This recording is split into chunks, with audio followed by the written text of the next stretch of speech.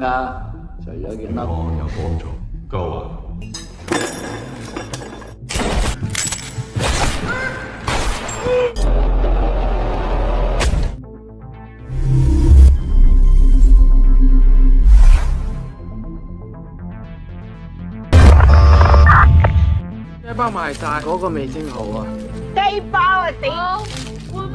Di awal film, kita akan diperkenalkan dengan seorang pemuda miskin bernama Chen yang bekerja sebagai penjual roti yang biasa mangkal di luar sebuah sekolah SMA. Pagi itu, seorang nenek dan cucunya yang bernama Wing berniat membeli roti yang dijual oleh Chen. Tetapi Chen malah terpesona dengan kecantikan Wing yang membuatnya jatuh cinta pada pandangan pertama. Di mana hal itu malah membuat si nenek kesal.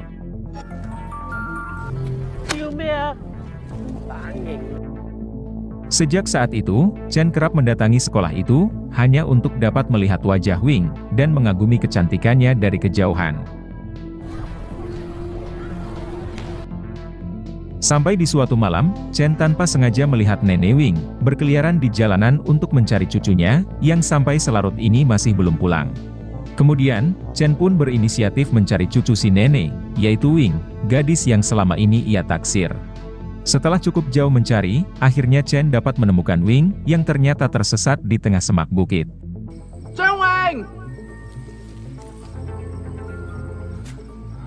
Kemudian, Chen membawa Wing kembali pada neneknya. Ternyata, Wing adalah gadis penyandang disabilitas. Keterbelakangan itulah yang membuat Wing sering lupa jalan pulang. Chen yang sudah terlanjur mencintai Wing, justru tak mempermasalahkan keterbelakangan gadis cantik itu.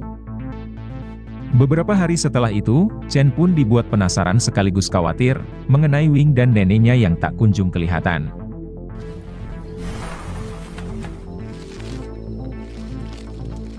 Selesai berjualan, Chen pun berinisiatif mendatangi kediaman Wing untuk memastikan apakah ia baik-baik saja.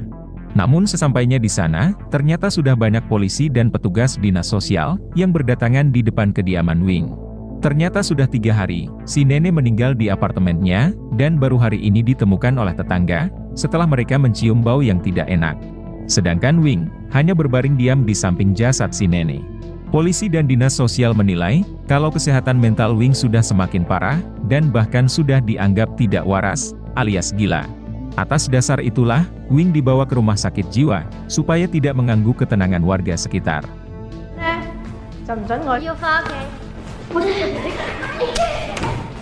Akan tetapi, Chen tidak setuju dengan anggapan itu, karena menurutnya, selama ini Wing tidak pernah mengganggu siapapun. Di malam harinya, Chen nekat mendatangi rumah sakit jiwa, tempat di mana Wing dikurung. Kebetulan, Wing ditempatkan di ruangan gedung belakang, sehingga memudahkan Chen untuk membawa Wing melarikan diri. Setelah berhasil mengeluarkan Wing dari rumah sakit tersebut, Chen lantas membawanya ke sebuah taman bermain, untuk menghibur Wing yang masih bersedih dan trauma. Kebaikan hati Chen pada akhirnya, membuat Wing jatuh hati.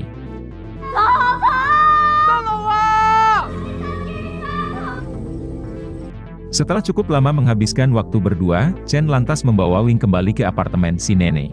Akan tetapi, rumah itu masih digembok oleh polisi, untuk tujuan penyelidikan TKP. Di saat Chen berusaha mendobrak pintu apartemen tersebut, keluarlah tetangga Wing yang bernama Mei. Mei yang merasa kasihan, lantas membawa Wing dan Chen masuk ke apartemennya. Ternyata, Mei akan keluar kota dalam beberapa hari. Dan selama ia pergi, Mei mengizinkan Chen dan Wing tinggal di kediamannya. Terungkap bahwa ternyata, Mei adalah seorang gadis micet, yang memiliki para pelanggan om-om berduit, mulai dari pengusaha hingga aparat kepolisian. Bahkan, Mei mengizinkan Chen menjamahnya secara gratis, kapanpun ia mau. Tak lama setelah Mei pergi, Chen tak sengaja melihat Wing yang sedang mandi. Chen berusaha kuat untuk menahan nafsunya, meskipun ia sangat pengen. Kemudian, ia keluar untuk membeli makanan, sekaligus untuk mengalihkan pikiran kotornya. Dan dari sinilah malapetaka itu terjadi. 5 menit setelah Chen pergi, Wing pun sudah selesai mandi. Tiba-tiba ia mendengar ada yang mengetuk pintu. Wing mengira kalau itu adalah Chen, yang sudah pulang dari membeli makanan, dan ia pun langsung membuka pintunya. Ternyata, yang datang adalah salah satu pelanggan setia Mei, yang langsung salah paham, mengira kalau Wing adalah anak buah Mei. Ia lantas mengeluarkan sejumlah uang, agar Mei bersedia melayaninya. Wing yang ketakutan sekaligus bingung, jelas enggan menuruti perintah pria ini. Tetapi pria ini malah marah, dan mengira kalau Wingso jual mahal, dan ia lantas memperkaosnya secara paksa. Untung saja Chen segera kembali, dan langsung menghajar pria ini. Pada akhirnya, Chen berhasil membawa Wing kabur dari apartemen tersebut. Sampai akhirnya, Chen membawa Ming melapor ke polisi, terkait aksi bejat pria tadi. Sesampainya di sana, mereka berdua ditangani oleh wakil ketua polisi bernama Jeff. Jeff meminta Chen menunggu di ruangan lain, sedangkan ia dan anak buahnya akan menginterogasi Ming di ruangan tersebut.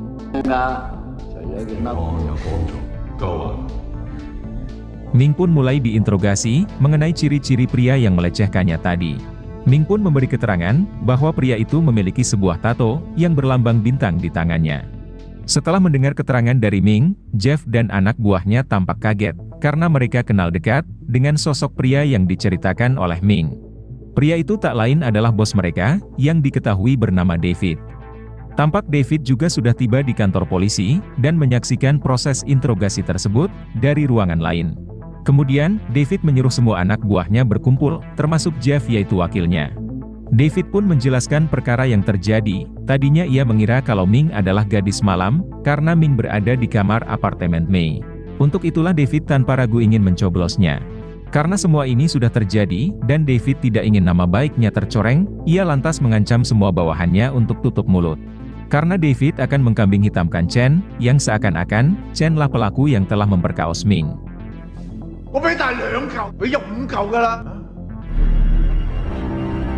30 menit kemudian, polisi mulai mengintimidasi Chen, dengan berbagai pertanyaan yang menjebak.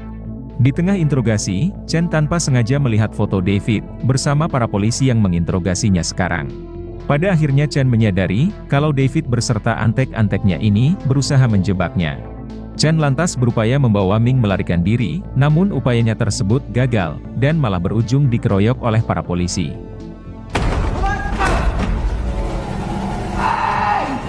Bahkan yang lebih parahnya lagi, para polisi ini malah memperkaos Ming secara bergiliran, tepat di mata kepala Chen sendiri. Setelah selesai, tampak para polisi ini sangat puas atas aksi bejat mereka. Bahkan, 3 orang dari mereka, sampai ada yang 2 kali memperkaos Ming. Setelah itu, mereka membuat skenario palsu, bahwa Chen merebut paksa pistol polisi saat diinterogasi, dan berusaha menembak para petugas. Sehingga para petugas tidak punya pilihan lain, selain menghajar Chen untuk melumpuhkannya. David juga mengancam Ming untuk tutup mulut, atau mereka akan menghabisi Chen di dalam penjara. Adegan berpindah pada persidangan. Para polisi ini pun kompak memberi keterangan palsu, sesuai rencana yang sudah mereka susun, untuk memberatkan Chen. Hingga pada akhirnya, Chen pun dipenjara selama 6 bulan, karena berupaya menyerang para petugas polisi. Saat mendekam di penjara, Chen mulai memikirkan cara untuk balas dendam kepada para polisi bejat yang telah memperkaos kekasihnya. Dimulai dengan cara menghapus sidik jari tangannya.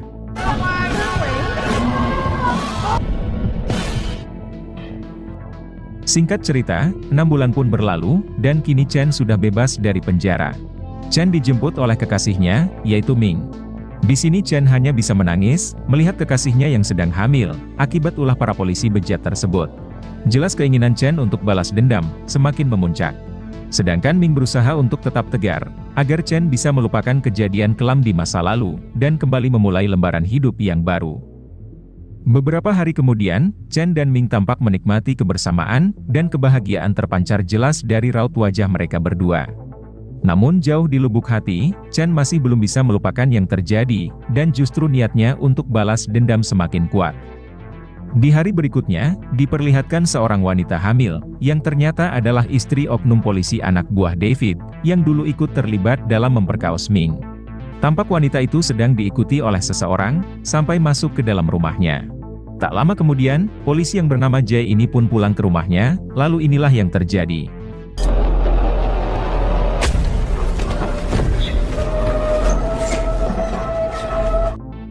Tiga hari kemudian, polisi menemukan sebuah kantong besar berbau menyengat, yang terkapung di dalam sungai. Kemudian, kantong itu pun dibawa ke kantor polisi untuk diidentifikasi. Para polisi dibuat kaget setelah kantong tersebut dibuka, yang ternyata berisi seonggok janin.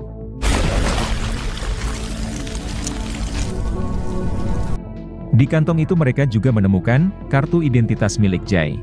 Saat itu juga, para polisi mendatangi rumah Jai dan langsung mendobrak masuk. Mereka dikagetkan dengan penemuan istri Jai yang dalam keadaan perut terburai tanpa janin.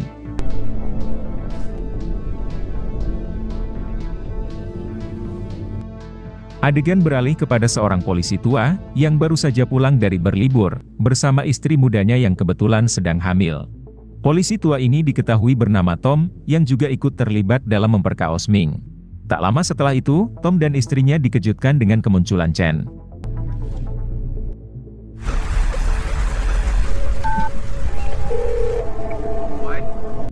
"30 menit kemudian, polisi mendapat panggilan tanpa suara dari nomor Tom. Polisi langsung berasumsi kalau Tom sedang dalam bahaya. Saat itu juga, mereka mendatangi rumah Tom, dan menemukan istrinya yang dalam keadaan perut terburai, tanpa janin sama seperti yang terjadi pada istri Jai. Dari semua kejadian ini, Jeff pun menduga kalau pelakunya adalah Chen, yang sudah keluar dari penjara untuk balas dendam kepada mereka semua. Akan tetapi, Jeff masih belum bisa menangkap Chen, karena tidak ada bukti sidik jarinya pada mayat korban. Seperti yang kita ketahui, Chen sudah menghapus sidik jari di tangannya saat mendekam di penjara guna mengelabui polisi.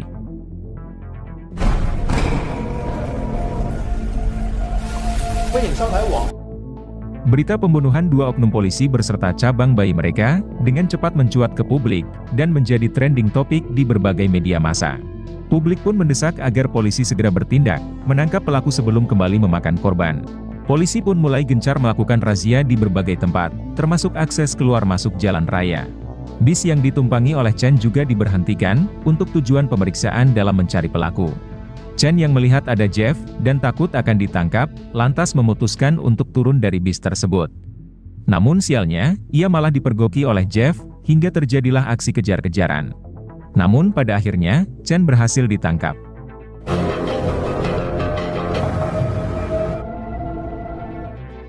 Chen pun mulai diinterogasi sembari disiksa. Jeff memaksa Chen mengakui perbuatannya, namun Chen tetap bungkam, sehingga ia terus mendapat siksaan.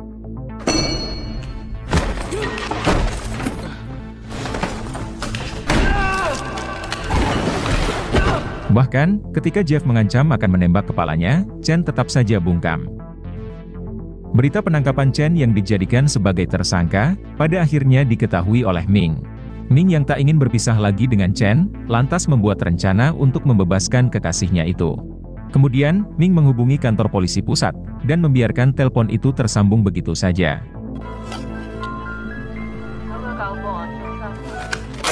Lalu Ming masuk ke kamar mandi, dan menggugurkan janinnya menggunakan pisau. Adegan beralih di kantor polisi.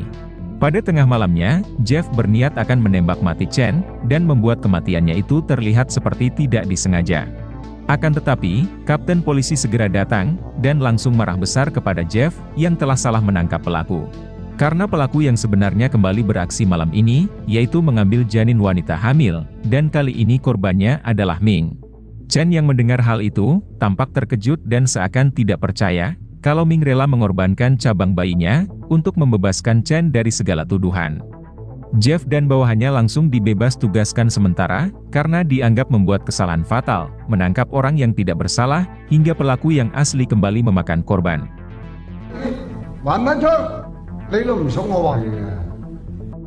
Kemudian, kapten polisi menginterogasi Chen, kenapa waktu itu ia kabur saat terjadi razia. Chen menjawab, kalau ia takut dijebak oleh polisi, karena sebelumnya ia sudah pernah dijebak. Karena tidak terbukti bersalah, akhirnya Chen dibebaskan dari segala tuduhan. Sementara itu, Jeff sangat kesal sebab dinonaktifkan, padahal ia sudah menangkap pelaku yang benar. Anak buah Jeff menyarankan, untuk memberitahu kapten polisi pusat terkait rencana Chen, yang ingin balas dendam kepada mereka semua. Tentu Jeff menolak saran tersebut, karena jika hal itu dilakukan, takutnya kebusukan mereka semua akan terbongkar. Kemudian, Jeff menelpon ketua polisi yaitu David, yang ternyata sudah pensiun. Jeff mengatakan, kalau mereka akan segera membunuh Chen dan Ming, sebelum Chen yang lebih dulu menghabisi mereka semua. Chen mengantisipasi hal itu, dengan berusaha membawa Ming kabur dari rumah sakit, menggunakan ambulans yang sudah ia bobol. Namun saat akan meninggalkan rumah sakit, Chen dipergoki oleh anak buah Jeff yang baru sampai.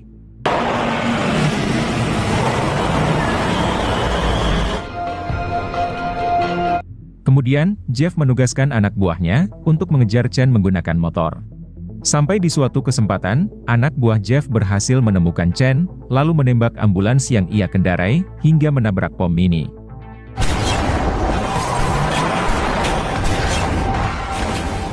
Lalu mereka berdua pun terlibat baku hantam. Namun pada akhirnya, Chen berhasil melumpuhkan anak buah Jeff.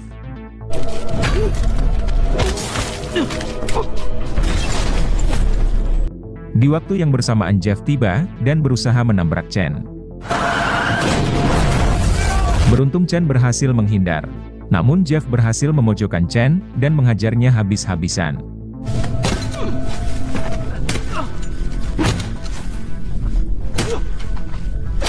Di tengah itu, Chen menemukan plat besi, dan lalu menghantamkannya ke muka Jeff, hingga akhirnya polisi ini pun tewas di tempat.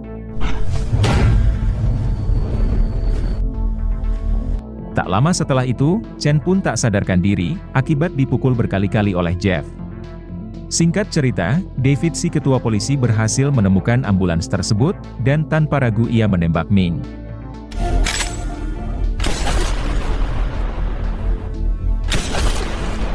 Suara tembakan itu, berhasil membangunkan Chen dari pingsannya, yang tergeletak tak jauh dari lokasi ambulans tersebut. Dalam keadaan sempoyongan, Chen berusaha mendekati David, yang saat ini sedang memegang senjata. David pun langsung menembak Chen, sampai akhirnya ia kehabisan peluru.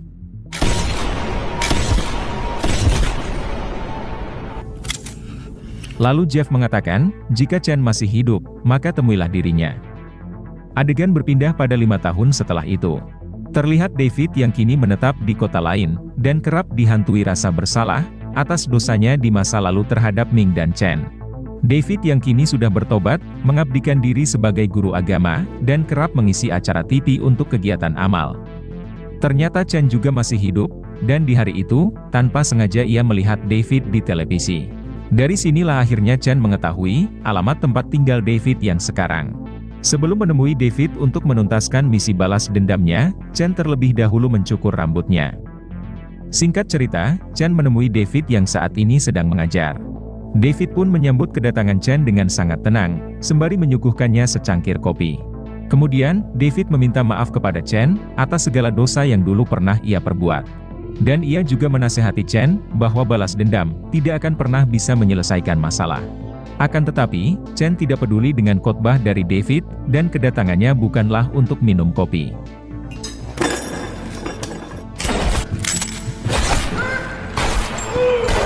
David pun akhirnya tewas, dan dendam Chen pun terbalaskan. Setelah itu, Chen kembali menemui Ming di kediaman mereka, yang berada di kawasan terpencil, dengan pemandangan yang indah dan damai. Ternyata Ming masih hidup, namun kedua kakinya sudah lumpuh, akibat ditembak David 5 tahun lalu. Kemudian, film pun selesai. Baiklah teman-teman, sampai di sini dulu video saya hari ini. Semoga kalian terhibur, dan sampai jumpa lagi di video berikutnya.